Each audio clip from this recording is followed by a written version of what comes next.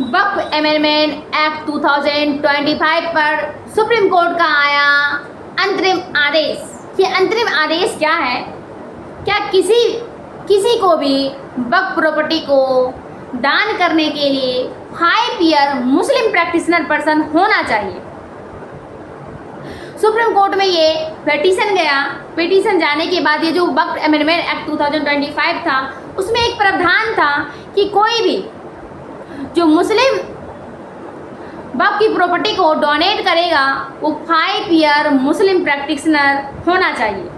तो आखिर हम जानते हैं कि वक्फ एक्ट क्या है और ये अमेंडमेंट क्यों लाया गया और अभी जो है सुप्रीम कोर्ट ने इस पे स्टे क्यों लगाया।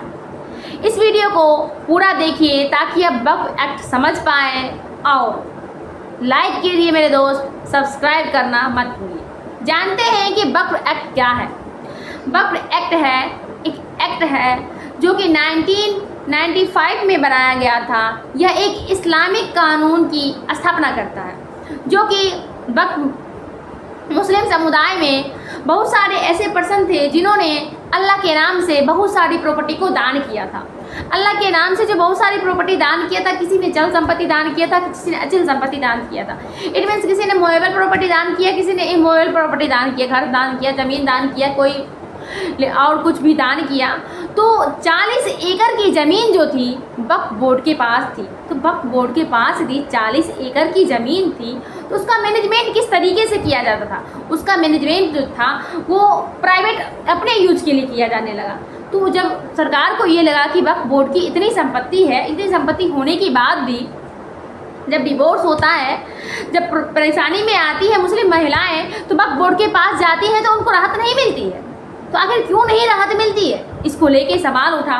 और ये मैं बता देना चाहूँगी, वक्फ बोर्ड जो होते हैं सेंट्रल स्टेट में भी होते हैं और स्टेट में भी होते हैं। मतलब सेंट्रल में भी होते हैं वक्फ बोर्ड और स्टेट में भी होते हैं। सेंट्रल में जो वक्फ बोर्ड होते हैं उसमें 22 मेंबर होते हैं और 19 मेंबर जो होते हैं मुस्लिम कम्युनिटी के होते हैं और 4 मेंबर जो होते हैं नॉन मुस्लिम कम्युनिटी के होते हैं। और स्टेट में जो वक्फ बोर्ड होते हैं उसमें जो होते हैं 11 मेंबर होते हैं, जिसमें कि 7 मेंबर जो होते हैं मुस्लिम कम्युनिटी के होते हैं और 4 मेंबर जो होते हैं 3 मेंबर जो होते हैं नॉन मुस्लिम कम्युनिटी के होते हैं। तो आखिर वक्फ एक्ट बना क्यों? वक्फ एक्ट बनने के पीछे जो रीज़न था कि वक्फ एक्ट की 40 एकड़ की जो ये प्रॉपर्टी है, इस प्रॉपर्टी को सारे जो थे वक्फ बोर्ड के मेंबर जो थे इनको इंक्रोचमेंट कर रहे थे। इंक्रोचमेंट मीन्स अपने यूज के लिए यूज कर रहे थे और ना ही इसका यूज मदरसा में कर रहे थे, स्वास्थ्य में नहीं कर रहे थे, गरीबों का जो नेसेसरी नीड था उसको फुलफिल करने में नहीं कर रहे थे। तो सरकार की नज़रों में ये पॉइंट आया कि 40 लाख एकड़ की वक्फ बोर्ड की संपत्ति है और ये कार्य सही से नहीं कर रहा है। तो इसमें से अमेंडमेंट बिल लाया गया 2025 में।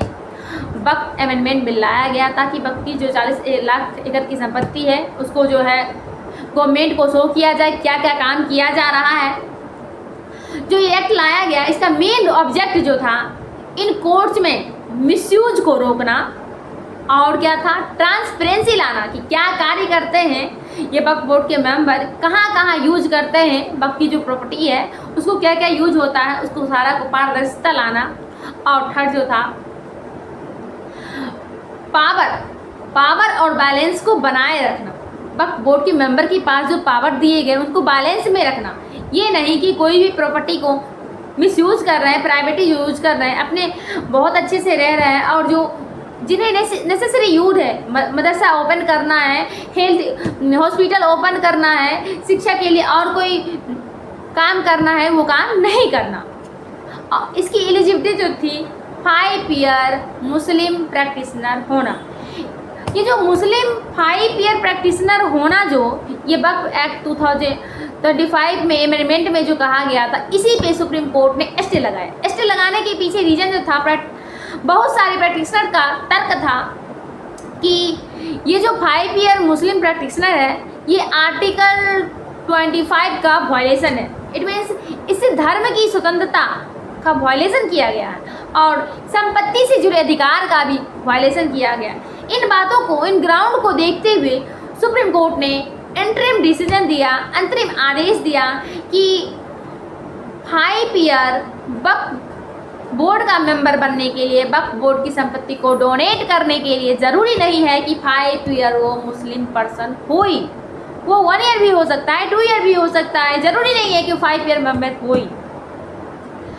तो ये एक सवाल सा उठा है जहनों में कि पूरे आम मुस्लिम पब्लिकों को एक सवाल सा उठा है कि क्या कोर्ट इस प्रावधान को हमेशा के लिए लागू करेगी या कुछ समय के लिए लागू की है, कि पूरा जो अमेंडमेंट एक्ट है उस पर लागू क्या करेगी।